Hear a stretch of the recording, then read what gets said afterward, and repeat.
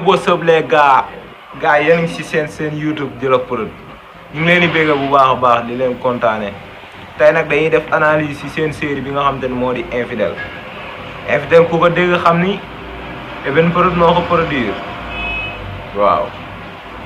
kon gars yi ñu def ci analyse ci ñetti points yi nag lañuy wax muy Bouba ak soi-disant gelam bi ak beneen point bi nga xamante ne moo di comment dirais Billy ak Antoine ak beneen point bi tamit muy comment dirais waaw beneen point bi nga xamante ni mooy Jibril ak ki nga xamante ni moo di jëkkëru Ñilaan bi waaw si point yooyu lañ bëggoon wax premier point mooy Bouba ak gelam bi man dama yaakaar ni jigéen ñoom il faut que ñi nga xamante ni ñoo leen di sifaay di leen dóor di leen moxoñe ñooñu lañuy gën di bëgg que ñi nga xamante ni da leen a bëgg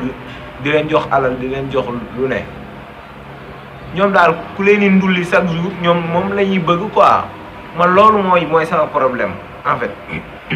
parce que yow mënoo gis nit mu leen li kii dafa vulgaire man ba affaire yi jeexee woon bii passé laa xam ni carrément saa da siy génn man xam naa ko parce que ñoom man ba mu koy woo sax man naan par force du ko jël parce que ñoom ñaar yàgg nañ koo def miin nañ ko yaa nga xam affaire bandi la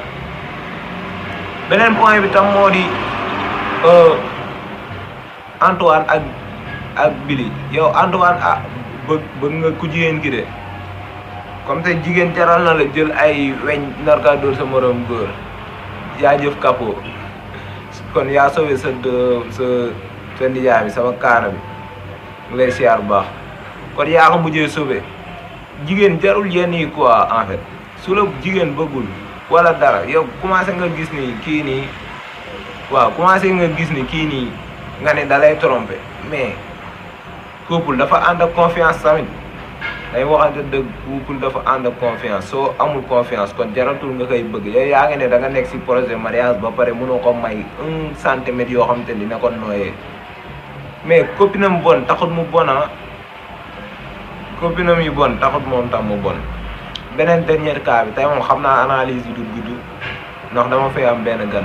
beneen dernier cas bi mooy kii nii mooy dernière bi fu mu jeexee woon nakate man si li ma yaakaar jëkkëru Ñilaan bi moo jur Jibril te Jibril mu ngi tëddee Ñilaan chaque jour loolu yéeme na de sa doom di tëddee sa jabar noonu lañ ko mën a tuddee tamit mais loolu yëpp infidélité moo ko waral quand même infidélité moom lu nekk lay indi quoi mooy loolu yàlla nañu yàlla musal si infidélité di leen wax ngeen abonné ngeen aimé vidéo bi partagé affaire yi yéen a ma gën a xam dem seetaan yeneen vidéo yi tamit yu jotoon jàll ñu leen di continuer di gën a bëggal incha allah ñuy waaj a defaat beneen analyse bii di ñëw xam naa dina gudd dina laal ay 10 minutes bii di ñëw